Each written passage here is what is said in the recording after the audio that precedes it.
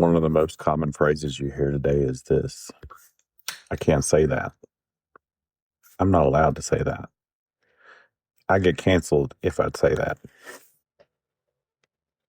But most of the time, that statement isn't true. Most people are not being silenced. They're avoiding the consequences of saying what they actually think. And those two things are not the same. Silence means someone physically stops you from speaking. Avoidance means you stop yourself. Silence is external. Avoidance is internal. And when people confuse those two experiences, they begin believing they are victims of censorship when they are really experiencing is fear. Fear of conflict, fear of disagreement, fear of being misunderstood, fear of social consequences. And fear is not the same as oppression. Today, we're going to talk about something uncomfortable, not because it's cruel, because it's honest. Many of the people who claim that they are being silenced are not silenced at all. They are avoiding the discomfort of speaking honestly.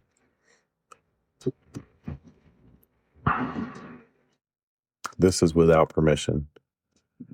Unfiltered conversations about identity, masculinity, culture, power, sexuality, and the things we were told not to say out loud. I'm Chris Willingham, and we're going to talk about why so many people think they're silenced when what they're actually doing is avoiding difficult conversations. Let's begin with something simple. Silence is external, avoidance is internal. If someone threatens you with violence for speaking, that is silence. If a government arrests you for expressing an idea, that is silence. If your job legally prohibits you from speaking about something, that may be silence. But if you're free to speak and you choose not to, that is avoidance. Avoidance is psychological. It happens when the cost of honesty feels higher than the comfort of silence, and humans are wired to avoid discomfort. We avoid conflict, we avoid rejection, we avoid embarrassment, we avoid misunderstanding. So instead of saying that we actually think, we say nothing, or we soften it, or we disguise it, or we pretend to disagree. Not because we are silenced, because we are managing risk. That's not censorship. That's human psychology.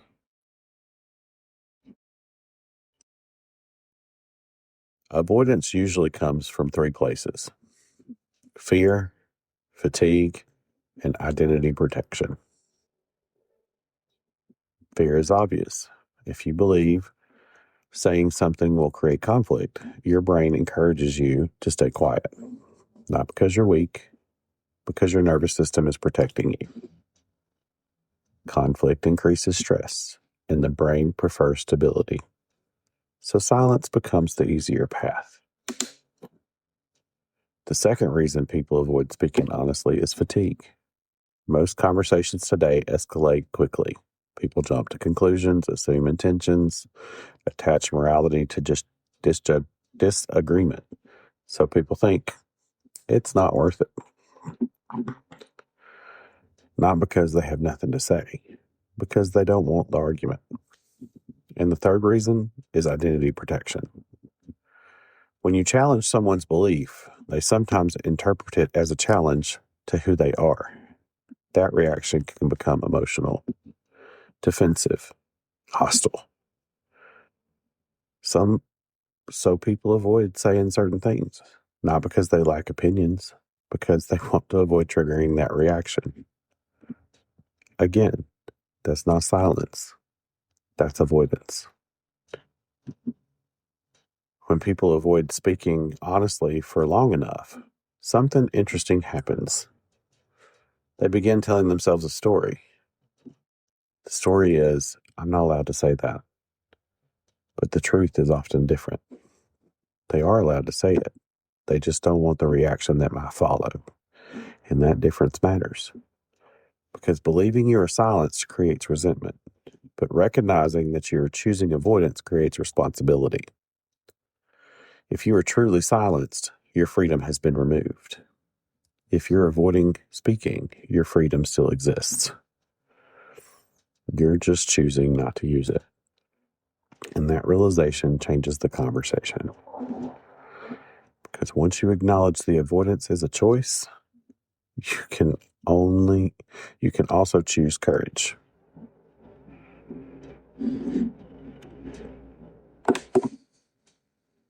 One of the biggest reasons people avoid speaking honestly is the fear of being misunderstood, because misunderstandings can escalate quickly. You can say something nuanced and someone hears something extreme. You can say something exploratory and someone hears something definitive. You can say something thoughtful and someone hears something offensive. And suddenly, you're defending a position you never actually took. That experience is exhausting. So people start editing themselves. They soften their words, they reduce complexity, they avoid controversial ideas entirely, not because they don't have thoughts, but because they don't want the energy required to explain them.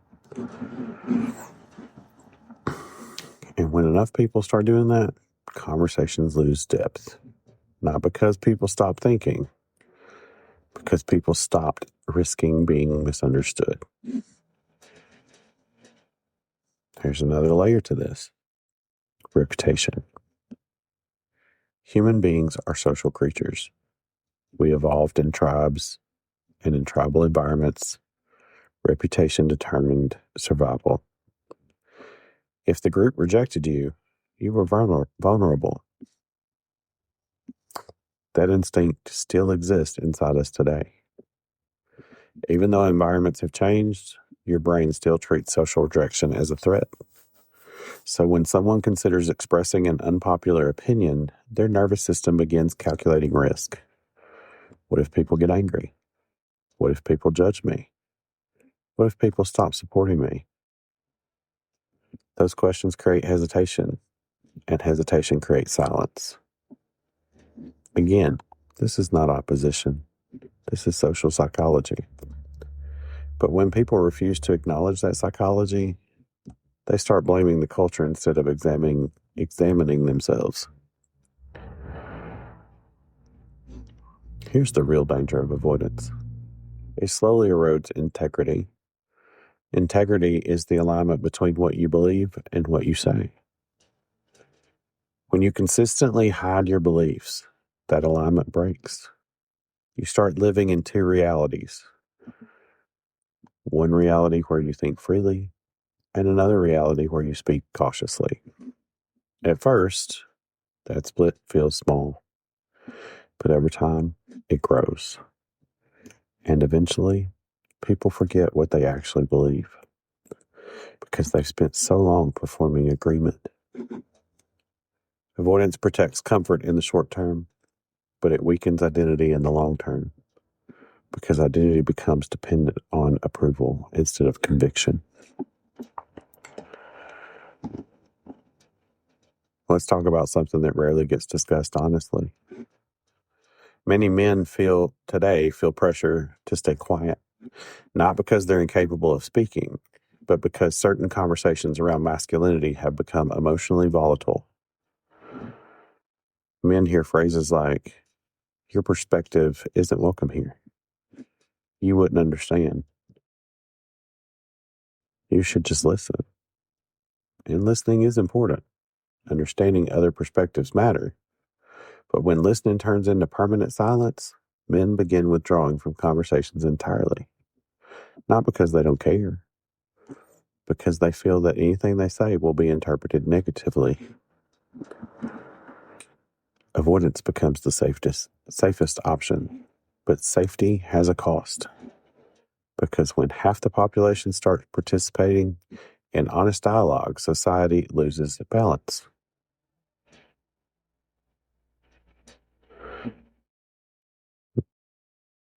Because when half the population stops participating in honest dialogue, society loses balance. Conversation becomes one-sided. And one-sided conversations rarely produce wisdom. They produce ideology. But avoidance is not just a male issue. Everyone avoids. Women avoid certain conversations to prevent conflict. Minorities avoid certain conversations to avoid dismissal. Professionals avoid certain conversations to protect careers. Families avoid certain conversations to prevent emotional explosions. Every group, every identity, every culture has area of conversation that people quietly avoid. Avoidance is human, but pretending that avoidance is the same as censorship is dishonest. Censorship removes your voice. Avoidance is when you silence yourself. And those two realities require different solutions. When people hear the word courage, they often imagine confrontation, aggression, arguments. But real courage is quieter than that. Courage is the ability to say something honest, calmly, without theatrics, without trying to dominate the room. Just clarity, just truth, and the willingness to accept whatever reaction follows. Courage is not about winning arguments. It's about maintaining integrity, even when speaking carries social risk. Now let's add nuance, because not every moment requires honesty. Sometimes silence is wisdom. Sometimes silence prevents unnecessary conflict. Sometimes silence protects relationships. Sometimes silence allows emotions to cool before speaking. The difference between wisdom and avoidance is intention. If you are silent because the timing is wrong, that's wisdom. If you're silent because you're afraid to speak, that's avoidance. And only you know which one you are practicing. That distinction requires honesty within yourself. Avoidance doesn't just affect conversation, it affects identity. Because when people repeatedly avoid speaking honestly, they slowly begin editing themselves. At first, it's small. You soften the sentence, you avoid one topic, you change the subject. But over time, those edits accumulate, and eventually, you are no longer expressing your thoughts. You are managing perception. That's exhausting because managing perception requires constant awareness of how you might be interpreted, what people might think, how people might react. And when that becomes the dominant mode of communication, authenticity disappears. Not because people stopped thinking honestly, because they stopped expressing it.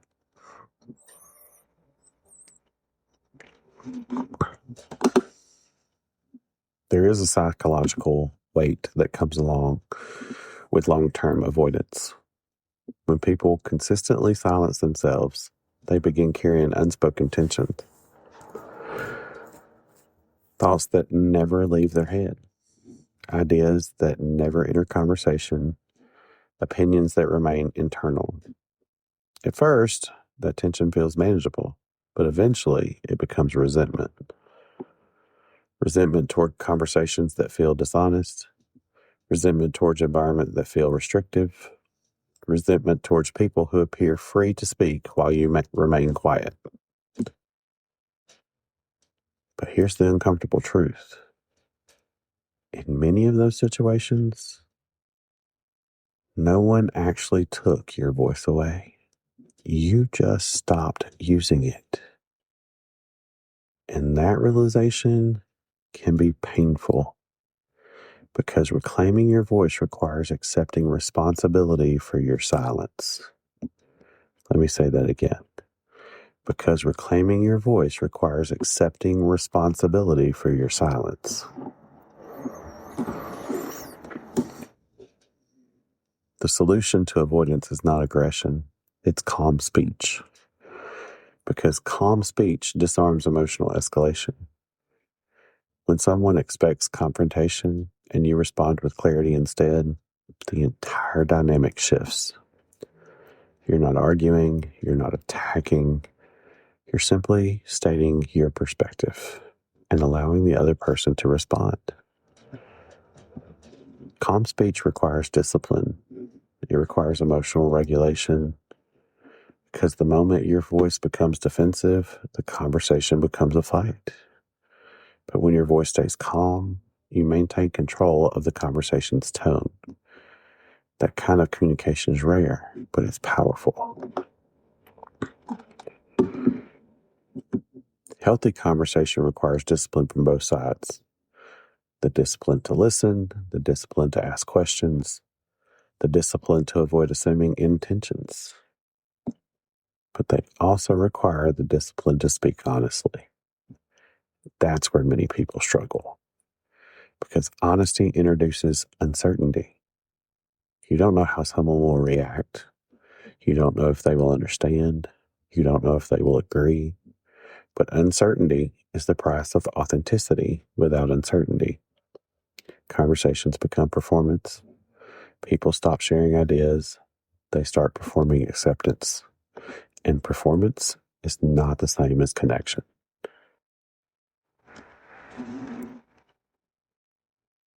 When avoidance becomes widespread, cultures change. Conversations become shallow. Ideas become simplified. Nuance disappears because people begin speaking in safe statements. Statements designed to avoid disagreement. Statements designed to avoid conflict. Statements designed to maintain approval. And over time, that culture loses intellectual depth because intellectual depth requires disagreement. It requires exploration. It requires the willingness to say, I might be wrong, but here's what I think. Without that willingness, conversation becomes scripted. And scripted conversations rarely produce truth.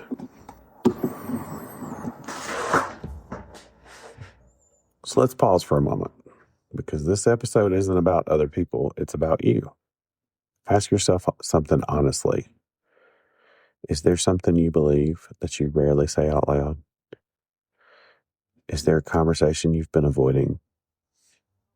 A perspective you keep quiet about? A truth you soften because you're worried about the reaction? If the answer is yes, you're not alone. Most people have experienced that moment. The question is not whether avoidance exists. The question is, what do you do about it? Do you continue avoiding it, or do you find a way to speak honestly with composure?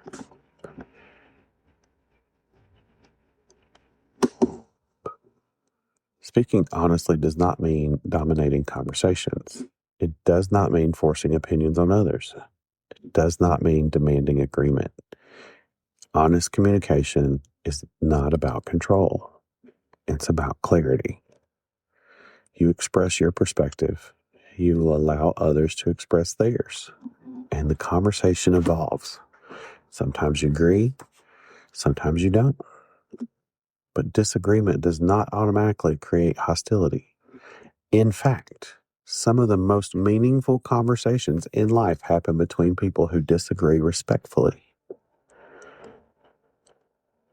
Honest conversation also requires humility because none of us see the world perfectly. Everyone carries biases. Everyone carries blind spots. Everyone carries assumptions shaped by their experiences. Humility allows you to speak honestly while remaining open to learning. Without humility, honesty becomes arrogance. But with humility, honesty becomes exploration. If you recognize that avoidance has shaped your conversations, there's good news. Your voice is still yours. Reclaiming it doesn't require confrontation. It requires small moments of honesty, moments where you speak clearly without aggression, moments where you share perspectives without needing to win, moments where you allow disagreement without retreating. Those moments rebuild integrity, because integrity is not perfection, it's alignment. Alignment between what you believe and what you express. So the next time you hear someone say, "I can't say that," ask a question. Is it truly impossible to say, or is the person avoiding the discomfort of saying it? Those are very different realities, and understanding that difference matters, because freedom of speech is not just about laws, it's about courage. The courage to speak honestly, and the emotional stability to hear disagreement in return. Many people believe they are being silenced, but often they are simply avoiding conflict, avoiding misunderstanding, avoiding social risk. And while avoidance can feel safe, it slowly erodes authenticity. Your voice does not need to be loud, does not need to be dominant. It simply needs to be honest, spoken with composure, spoken with clarity, spoken without asking permission. I'm Chris Willingham, and this is Without Permission.